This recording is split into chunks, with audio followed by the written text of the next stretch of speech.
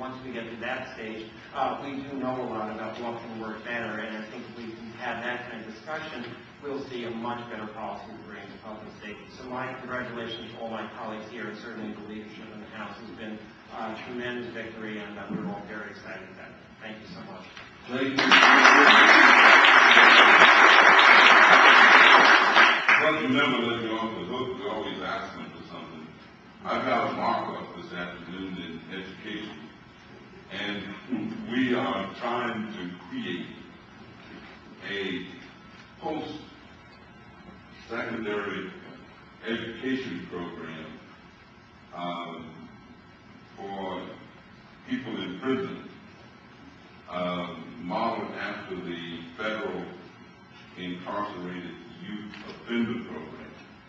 What we're really trying to do is increase the age so that individuals who are incarcerated can continue their education, because all of the data suggests that the more one learns, my dad used to tell us that, you know, the thing about education is the more you learn, the more you realize how little you know. And he only went to the 4th grade. I don't know how he did that, but he was a pretty good guy.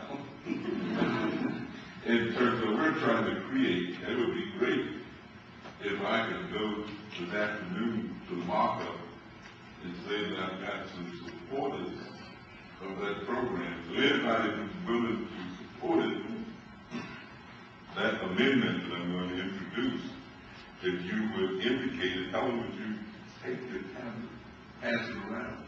And any group that's willing to support that, because every time there is an opportunity, and that's what this really does, is it opens up and enlightens people.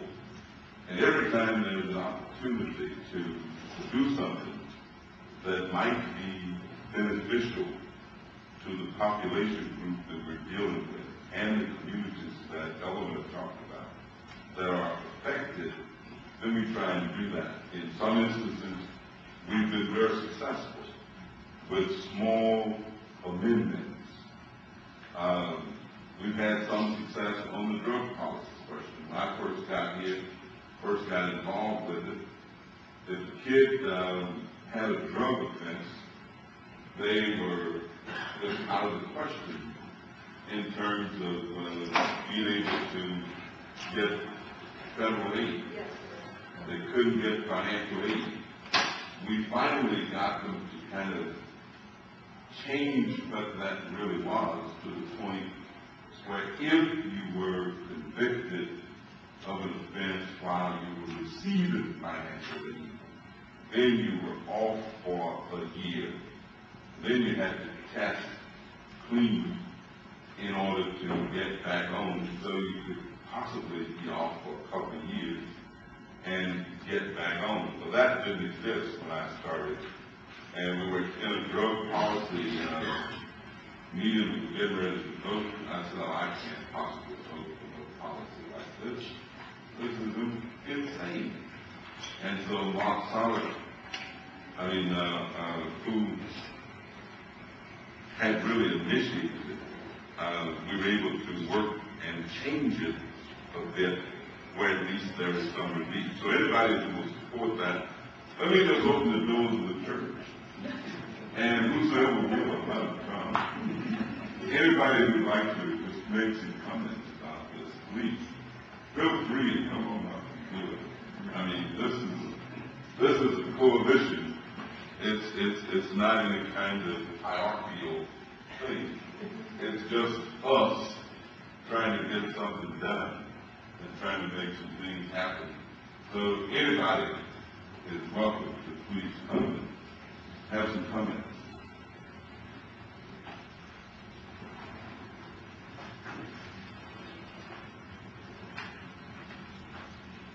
As a former prosecutor, I never give up a chance to take a microphone. I'm Miriam Rollin with Fight Time Invest in Kids, and I just again want to echo the thanks to our fearless leaders, Representative Davis and Representative Cannon. This would not have happened without both of your efforts, and the the hard work and the many hours of labor are hopefully finally paying off. Looking forward to that signing ceremony after Senate election. I also want to thank again Jean and the entire coalition. It really has been an amazing group effort. Obviously, Jessica's played a critical role in that, and many other people. And I just want to approach this from my membership standpoint, which is law enforcement. You know, it really is about community safety. We have a way to be smart on crime, and that's what this bill is all about. We're not just trying to coddle offenders. We're trying to make our community safer by making sure those offenders, when they come out, don't keep coming back and back again and again. And that's what this bill is all about. From our members' perspective, we have 3,500 police chiefs, sheriffs, prosecutors, and some crime victims as well, who are parents of murdered children. And those members of ours are committed to trying to prevent all the crime that we can prevent. Well, one of the best ways to do that is to bridge services from kids and adults who are put away to make sure when they come back into society, they're better, not worse. And they're less likely to offend, not more likely to offend. So I want to thank again everyone who's been involved with that, all the staff and all of the members of Congress as well, who are also making tireless efforts throughout the many years that this has been moving forward. So thank you very much.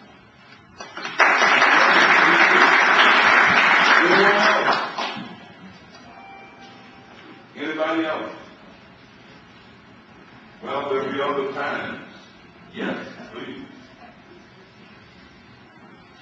Hi, I'm Addie Richburg, and I represent the National Alliance for Faith and Justice. And this is a deja vu experience. We were here when the bill was very first introduced by Mr. Davis and Mr. Portman and others. And it is certainly just, I can't even begin to explain how much we congratulate you on this day and represent the faith community in saying how much this bill means or will mean to the offender population. I also congratulate all of those people behind me, particularly Jean. Every day almost I receive an email from Jean with the staff of the legislative efforts and conversations. And certainly from a faith perspective, we can recognize how diligence plays a major part in the yield of a harvest. And so I say again to you, thank you very much, and I pledge the continued support of the faith community in this effort. Well, thank you so much, Addie, because, I think that the faith organizations, I often tell my friends that the only reason I'm not a preacher is that there were two characteristics of a Baptist preacher that I didn't have. One, I can't sing, and two, I can't. Since I couldn't do either one of them, I figured there wasn't no point in doing the preaching. So I decided I'd try politics and see what happened. But the faith community has been enormous, and I'm one of these individuals who believe that faith has a great deal to do with rehabilitation, with reconstitution. I mean, I've actually seen people who I couldn't figure out what happened, but I just know that they were in an environment and something happened that, faith was able to do what the psychiatrist couldn't do, what the psychologist couldn't do. Somehow or another it did. And I'm not one to question success. So thank everybody. And I guess the last thing that I'll just say, we're done, we can, this really is not the end. It's not even the beginning of the end. It's only the end of the beginning. Because this issue is so enormous when you really feel it. I mean, I was not into criminal justice. That was not what I did. I mean, that was not my area of concentration. I really came out